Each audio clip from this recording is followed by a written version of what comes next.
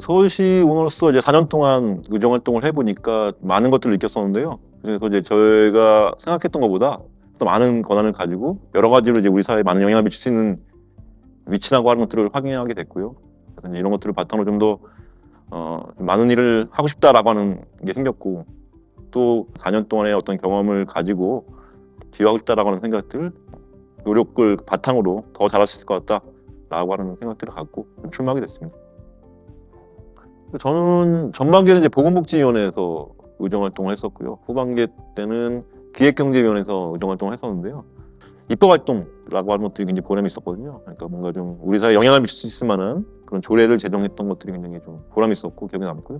대표적으로 서울 시민의 삶을 바꾼 조례 30선에도 선정되고 했던 조례인데, 온마을 아이돌봄 지원에 대한 조례라고 하는 것들을 대표 발의했었는데요. 그것은 이제 우리 사회에서 이제 돌봄, 아이돌봄, 특히 이제 굉장히 공백이 있었던 것들이 이제 초등 돌봄이었거든요.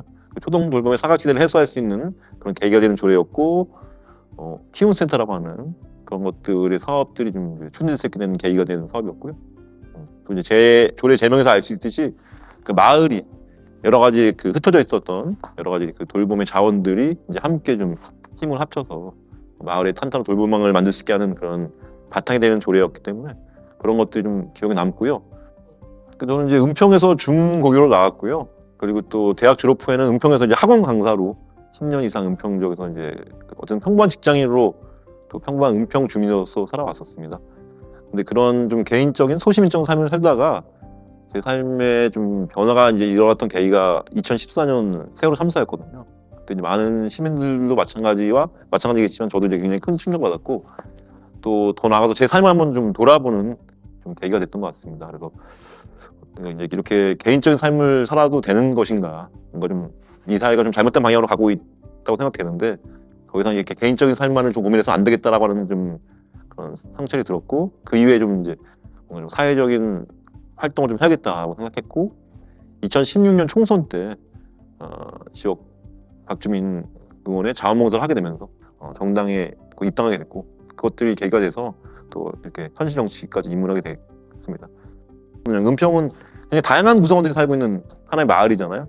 이런 이제 은평이 변하고 발전한 건 사실이지만 모두가 똑같이 혜택을 받는 건 아니라고 생각합니다. 어떤 사람들은 이 변화와 발전에 굉장히 큰 수혜를 받기도 하지만, 좀 누구나 이런 변화와 발전에 좀 수혜를 받을 수 있는, 누구나 살기 좋은 그런 은평을 만들고 싶다라는 뜻에서 라고 하는 슬로건을 붙였고요.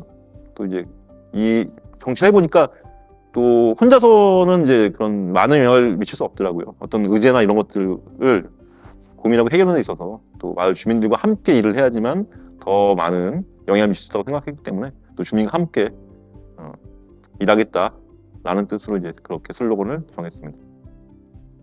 우리 사회 뭐 여러 가지 사각지대에 있는 그런 사람들에 대한 복지를 좀 강화하고, 또 가능하다면 은평형 복지, 이렇게 좀 더 튼튼한 그런 복지 체계를 만드는데 좀 기여하고 있다는 생각들을 하고 있고요. 앞으로 제가 볼 때는 은평에 이제 교통 문제가 굉장히 심각한 문제가 갈수록 될 것 같아요. 왜냐면 이제 굉장히 재개발도 되고 새로운 구성원도 많아지고, 또 경기도에서도 이제 뭐 신도시가 전설되면 서울로 가는 관문이 은평구이기 때문에 교통 문제가 굉장히 심각한 문제가 될 것 같은데, 그런 것들을 좀 이제 해결하는데 영향을 쏟을까라고 하는 고민과, 그리고 또 저층 주거지 되게 많아요. 뭐 산세마을, 제 지역구에 편백마을, 팥배수마을, 이렇게 저층 주거지인데 계속해서 이제 그 주거 환경은 낙후되어 가는데, 현재까지 나와 있는 여러 가지 뭐 재개발 재건축이라고 하는 것들로서는 잘 진행이 되지 않았거든요. 또 재개발 재건축이 진행되는 걸 보면서 좀 이런 생각들을 해봤어요. 재개발 재건축이 진행되고 빠르게 진행도 중요한데, 그러니까 원주민이나 세입자나 이런 사람들도 배려할 수 있는 그런 방식의 재개발 재건축이 필요하다. 그래서 그런 것들에 좀 노력하고 싶다.